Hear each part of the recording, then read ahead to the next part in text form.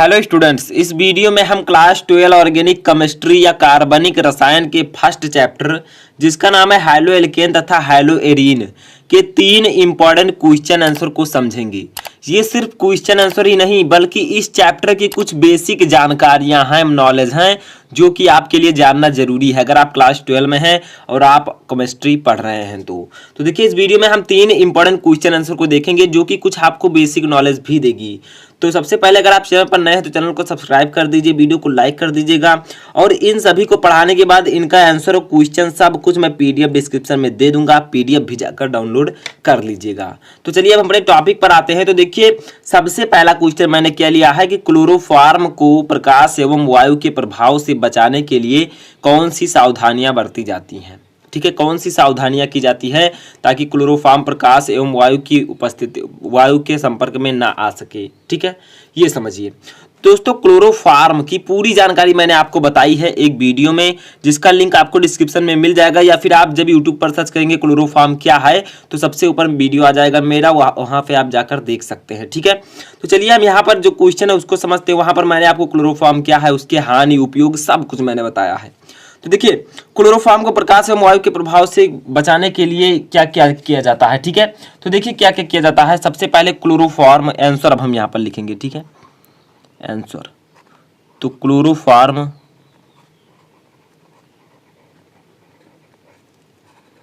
ठीक है, क्लोरोफॉर्म जिसका फार्मूला भी यहाँ पर जान लीजिए आप CHCl3 होता है। इसका दूसरा नाम है ट्राइक्लोरोमेथेन। ठीक है, 3 क्लोरीन है, ट्राइक्लोरोमेथेन। तो देखिए क्या है, क्लोरोफॉर्म को रंगीन बोतलों में, ठीक है, को रंगीन बोतलों में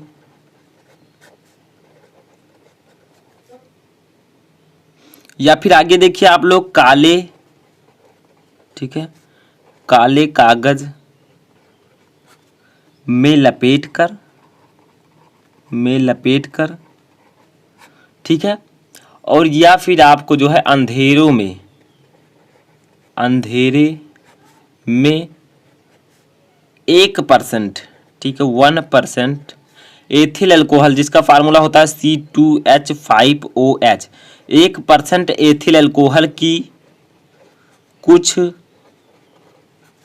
बूंदे, ठीक है, कुछ बूंद मिलाकर रखना चाहिए। ठीक है, यानी कि सिंपली बहुत ही सिंपल सा आंसर है कि क्लोरोफॉर्म को 2 प्रकार से क्वेश्चन पूछे जाते हैं। एक ये क्लोरोफॉर्म पर प्रकाश एवं वायु के प्रभाव से बचाने के लिए कौन सी सावधानियां बरती जाती हैं। एक क्वेश्चन आता है कि क्लोरोफॉर्म को गहरी रंगीन बोतलों में क्यों रखा जाता है, या फिर ट्राइक्लोरोमेथेन भी इसका नाम ले सकते हैं। ठीक है, तो देखिए क्या कारण है।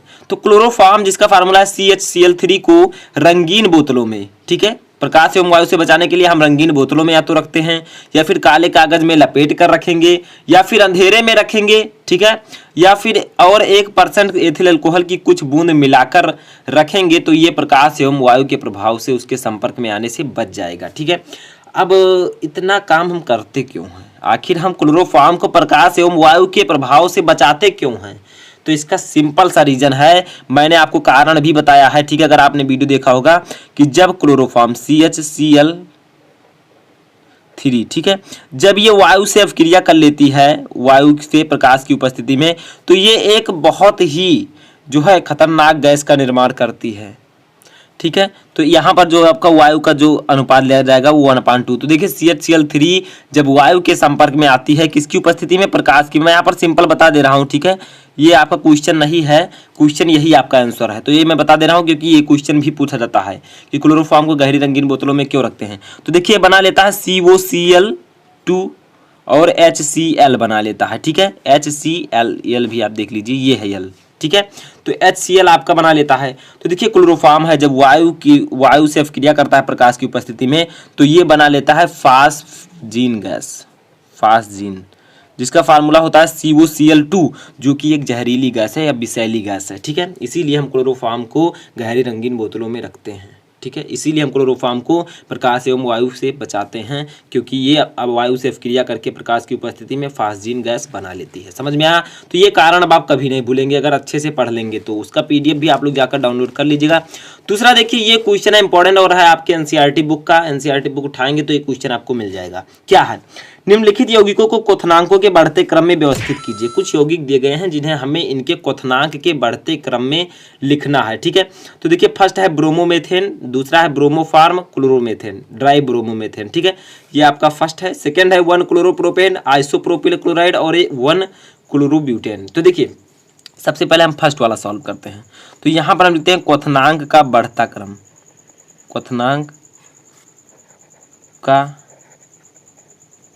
बढ़ता क्रम। अब क्वथनांक क्या है? क्वथनांक है कि जब किसी द्रव को हम उबालते हैं, ठीक है, तो वो जितना ज़्यादा वाष्प में परिवर्तित होगा उतना उसका क्वथनांक होगा। तो देखिए, क्वथनांक का बढ़ता हुआ क्रम, ठीक है। तो देखिए, सबसे पहले हम इसका लिखेंगे ब्रोमोमेथेन, ब्रोमोफार्म, क्लोरोमेथेन, डाई ब्रोमोमेथेन। तो हमें बढ़ता क्रम लिखना है, तो ऐसे बढ़ता क्रम लिखेंगे तो सबसे पहले सबसे कम क्वथनांक वाले को लिखेंगे। तो सबसे कम क्वथनांक जो इसमें होता है वो होता है क्लोरोमेथेन का, क्लोरोमेथेन, ठीक है। सबसे कम। इससे ज़्यादा किसका होता है? इससे ज़्यादा आपका होता है ब्रोमोमेथेन, ब्रोमोमेथेन। अब इससे भी ज़्यादा किसका होता है? तो इससे ज़्यादा आपका होता है डाई ब्रोमोमेथेन, डाई ब्रोमोमेथेन, ठीक है। और सबसे ज़्यादा जो आपका होता है वो होता है ब्रोमोफार्म का, ब्रोमोफार्म, ठीक है। समझ में आया? तो आपके पास फर्स्ट जो क्वेश्चन था इसमें 4 जो है कंपाउंड दिए गए थे, ब्रोमोमेथेन, ब्रोमोफार्म, क्लोरोमेथेन, डाइब्रोमोमेथेन। इनका हमें क्वथनांक का बढ़ता हुआ क्रम लिखना था। तो सबसे कम क्वथनांक किसका है? क्लोरोमेथेन का। सेकंड पर उससे ज़्यादा ब्रोमोमेथेन, उसके बाद ज़्यादा डाइब्रोमोमेथेन, सबसे ज़्यादा ब्रोमोफार्म, ठीक है। तो देखिए, ये सबसे कम, उससे ज़्यादा, उससे ज़्यादा, उससे ज़्यादा, यानी कि बढ़ता क्रम आपका यहाँ से यहाँ तक है। तो क्वथनांक का बढ़ता क्रम इस प्रकार से आप लिखेंगे। NCERT बुक में क्वेश्चन है, ठीक है। दूसरा देखिए, दूसरा भी हम यहाँ पर सॉल्व कर देते हैं। दूसरा क्या है? 1 क्लोरोप्रोपेन, आइसोप्रोपिल क्लोराइड और 1 क्लोरोब्यूटेन। इन तीनों में सबसे कम किसका, सबसे ज़्यादा किसका है? आपको क्वथनांक का बढ़ता क्रम लिखना है। तो यहाँ पर भी हम लिख देते हैं क्वथनांक का बढ़ता क्रम। पर इसको लिखने से पहले मैं थोड़ा सा कारण बता देता हूँ, ठीक है। कारण जानना भी आपके लिए ज़रूरी है। तो क्या कारण है कि क्लोरोमेथेन जो है सबसे कम क्वथनांक इसका है, ब्रोमोफार्म का सबसे ज़्यादा है? कारण क्या है? कारण सिंपल सा है कि आणविक द्रव्यमान बढ़ने से क्वथनांक बढ़ता है, क्वथनांक बढ़ता है, ठीक है। आणविक द्रव्यमान बढ़ने से क्वथनांक बढ़ता है, यानी कि जो इसमें मॉलिक्यूल हैं उनका द्रव्यमान इसमें कम है तो इसका क्वथनांक कम है, इसमें ज़्यादा है तो इसका क्वथनांक इससे ज़्यादा है, सबसे ज़्यादा इसमें तो सबसे ज़्यादा इसका क्वथनांक है, ठीक है। तो ये आपका अणुभार इसका कम है तो इसका सबसे कम है, ठीक है। तो आणविक द्रव्यमान बढ़ने के साथ क्वथनांक बढ़ता है, यही इसका कारण है। दूसरा देखिए क्या है हमारा, तो दूसरा हम सॉल्व करते हैं। यहाँ पर भी लिख देते हैं क्वथनांक का बढ़ता क्रम, क्वथनांक का बढ़ता क्रम। तो क्वथनांक के बढ़ते क्रम में हम यहाँ पर क्या लिखेंगे? ये दूसरा है आपका, ठीक है। तो यहाँ पर हमें क्या लिखना है? सबसे कम जो क्वथनांक होगा वो होगा आइसोप्रोपिल क्लोराइड, आइसोप्रोपिल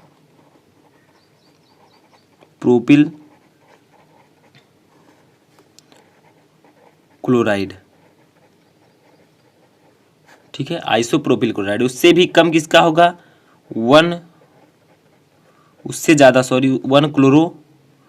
1 क्लोरो आपका प्रोपेन है, ठीक है। ऊपर देखिए वहाँ पर जो लिखा हुआ है यहाँ पर ये 1 क्लोरो प्रोपेन, ठीक है। उसके पहले है आइसोप्रोपिल क्लोराइड सबसे कम, उससे ज़्यादा 1 क्लोरो प्रोपेन का, और सबसे ज़्यादा आपका है 1 क्लोरो ब्यूटेन, ठीक है। तो अब देखिए इसका कारण क्या होगा, इसके कारण में क्या लिखेंगे हम? तो कारण लिख देते हैं। तो कारण भी इसका वही होगा, आणविक द्रव्यमान बढ़ने के साथ क्वथनांक बढ़ता है। देखिए आइसोप्रोपिल क्लोराइड था तो इसका जो है आणविक द्रव्यमान कम है, 1 क्लोरोप्रोपेन है, इसका इससे ज़्यादा है तो इसका क्वथनांक थोड़ा ज़्यादा है। सबसे ज़्यादा 1 क्लोरोब्यूटेन है। देखिए प्रोपेन है, प्रोपेन के बाद ब्यूटेन है तो इसमें कार्बन की संख्या भी ज़्यादा है, हाइड्रोजन की, तो सिंपल है कि इसका जो है आणविक द्रव्यमान अधिक होगा, ठीक है। तो इसीलिए इसका सबसे ज़्यादा है क्वथनांक। ठीक है, तो समझ में आया। दूसरा क्वेश्चन आपका इंपॉर्टेंट है, इसका पीडीएफ मैं डिस्क्रिप्शन में डाल दूंगा, आप लोग जाकर देख लीजिएगा। चलिए हम देखते हैं अपना तीसरा क्वेश्चन क्या है। तो देखिए जो तीसरा क्वेश्चन है यही स्टूडेंट को कंफ्यूज करता है। स्टूडेंट जो हैं वो अपक्रियाएं तो पढ़कर जाते हैं लेकिन वो कंफ्यूज हो जाते हैं। क्या है? सोडियम एवं यौगिक, सोडियम एवं यौगिक ये आपस में क्रिया करके एथेन बनाता है, एथेन, ठीक है, बनाता है। यौगिक ये क्या है? रासायनिक समीकरण दीजिए। अब बहुत सारे बच्चे सोचेंगे सोडियम एवं यौगिक ये क्या दिया गया है। तो अगर आपने इस चैप्टर में स्मिट अभिक्रिया, ठीक है, स्मिट अभिक्रिया, सॉरी स्मिट नहीं है यहाँ पर, उर्स अभिक्रिया, ठीक है, उर्स अभिक्रिया अगर आपने पढ़ा है इस चैप्टर में तो इस रिएक्शन को आप आसानी से कर सकते हैं। अगर आप उर्स अभिक्रिया के बारे में जानकारी चाहते हैं तो मैंने एक वीडियो इस पर ऑलरेडी बना रखा है कि उर्स अभिक्रिया क्या है, इस पर रिएक्शन भी मैंने समझाया, सब कुछ मैकेनिज्म मैंने समझाया है। तो आप लोग जाकर देख सकते हैं, लिंक मैं डिस्क्रिप्शन में नीचे दे दूंगा, वहाँ से जाकर पीडीएफ भी डाउनलोड कर लीजिएगा, इसको भी देख लीजिएगा, ठीक है। और अगर आप सभी अभिक्रियाओं को देखना चाहते हैं, उर्स अभिक्रिया, कार्बिल-एमीन, राइमर टीमन, ठीक है, काइनेजारो, सब कुछ देखना चाहते हैं तो आप उसको प्लेलिस्ट में जाकर मेरे देख सकते हैं। नेम रिएक्शंस का प्लेलिस्ट मैं ऑलरेडी बना चुका हूँ। तो देखिए इसका रिएक्शन हम समझते हैं। रिएक्शन क्या दिया गया है, देखिए सोडियम एवं यौगिक ये आपस में क्रिया करके एथेन बनाते हैं। यौगिक ये क्या है? तो यौगिक ये मैं आपको यहीं पर बता देता हूँ। जो आपका यौगिक ये है वो है CH3I, यानी कि मेथिल आयोडाइड, सॉरी एक कार्बन है, मेथिल आयोडाइड, ठीक है, ये है। अगर आप उर्स अभिक्रिया पढ़े होंगे तो आपको पता होगा, ठीक है, इसमें सोडियम से अभिक्रिया कराई जाती है। तो देखिए हम क्या करते हैं, यौगिक ये आपका ये लेते हैं CH3I प्लस किससे अभिक्रिया करानी है? Na से, यानी कि सोडियम से अभिक्रिया करानी है, ठीक है। तो इससे हमें अभिक्रिया करानी है तो बीच में गिब्स आउट लगा देते हैं। तो देखिए स्मिट अभिक्रिया में होता क्या था, ठीक है, 2RX प्लस 2Na डेट gives out RR plus 2NaX, ठीक है। क्या होता था कि 2RX यानी कि 2 एल्किल हैलाइड हम लेते थे। जैसे यहाँ पर CH3I लिया है तो यहाँ पर आगे हमें क्या लगाना होगा? 2 लगाना होगा। क्यों लगाना होगा? क्योंकि ऊपर रिएक्शन में लगा है उर्स अभिक्रिया में। तो देखिए R क्या है? आपका एल्किल ग्रुप है तो एल्किल हमने लगाया, एल्किल के स्थान पर मेथिल, ठीक है। X क्या है? हाइड्रोजन ग्रुप, तो हमने I लगाया, आयोडीन, ठीक है। तो मेथिल आयोडाइड होगा। इसके हम 2 मॉलिक्यूल लेंगे, 2 हमने ले लिया। अब देखिए सोडियम के कितने मॉलिक्यूल यहाँ पर हमें लेने हैं? 2 ही, इसके भी लेने हैं, देखिए उर्स अभिक्रिया में, ठीक है, 2 मॉलिक्यूल लेने हैं। अब देखिए आपका बनेगा क्या? R बनेगा, यानी कि R के स्थान पर हमने क्या लिया था? CH3, तो देखिए CH3 आपका बन जाएगा, ठीक है। और प्लस क्या बन जाएगा आपका? 2Na, ऐसे रहने देंगे 2Na, और X के स्थान पर हमने यहाँ पर क्या लिया है? I लिया है, ठीक है, तो I लिख देंगे। समझ में आया? बहुत सिंपल है अगर आप उर्स अभिक्रिया को समझे हैं तो। देखिए सोडियम एवं यौगिक ये, तो सोडियम के साथ यौगिक ये की अभिक्रिया की गई तो ये A मान लीजिए, ये आपका क्या है? मेथिल आयोडाइड, ठीक है। तो इसकी जब हमने अभिक्रिया कराई शुष्क ईथर की उपस्थिति में, तो यहाँ पर लिख देंगे शुष्क ईथर, ठीक है। जब हमने अभिक्रिया कराई तो देखिए इसका नाम है मेथिल आयोडाइड, तो लिख देते हैं मेथिल आयोडाइड। इसका नाम है सोडियम, इसका नाम है एथेन, ठीक है, एथेन। और ये है आपका सोडियम आयोडाइड, ठीक है, तो सोडियम आयोडाइड लिख देते हैं, सोडियम आयोडाइड, ठीक है। समझ में आया? तो उर्स अभिक्रिया समझ में आ गया आपके कि जब मेथिल आयोडाइड की अभिक्रिया सोडियम से कराई जाती है तो एथेन बनता है और सोडियम आयोडाइड बनता है। और अगर सिंपल भाषा में समझें तो जब एल्किल हैलाइड की अभिक्रिया हम सोडियम से कराते हैं तो आपका जो है एल्केन बनता है और सोडियम हाइलाइड बनता है, ठीक है। इस प्रकार से आप लिख सकते हैं जो कि मैंने आपको बताया है उर्स अभिक्रिया में। तो समझ में आया? तो आपको अब पूछा जाए कि यौगिक ये का नाम क्या है, ऊपर पूछा गया था, देखिए यौगिक ये क्या है, तो यौगिक ये आपका है मेथिल आयोडाइड, ठीक है, मेथिल आयोडाइड। तो आपका बाद में दिया गया था कि रासायनिक समीकरण भी दीजिए, देखिए रासायनिक समीकरण लिखिए, तो हमने लिख दिया, बस सिंपल है। तो ये आई होप कि आपको ये तीनों क्वेश्चन एंड आंसर समझ में आ चुके होंगे। वीडियो के लास्ट में मैं एक छोटा सा रिक्वेस्ट करना चाहूँगा कि वीडियो को फटाफट लाइक कर दीजिए, ठीक है। चैनल पर नए चैनल को सब्सक्राइब कर लीजिए, नए वीडियो आपको लगातार प्रोवाइड होते रहेंगे, इंपॉर्टेंट वीडियो, और बहुत सारे वीडियो मैं पहले से बना चुका हूँ, उसको भी आप जाकर देख सकते हैं। तो इस वीडियो में फिलहाल इतना ही, आप लोग तैयारी करते रहिए। कोई भी क्वेरी है आप मुझे कमेंट बॉक्स में बता सकते हैं।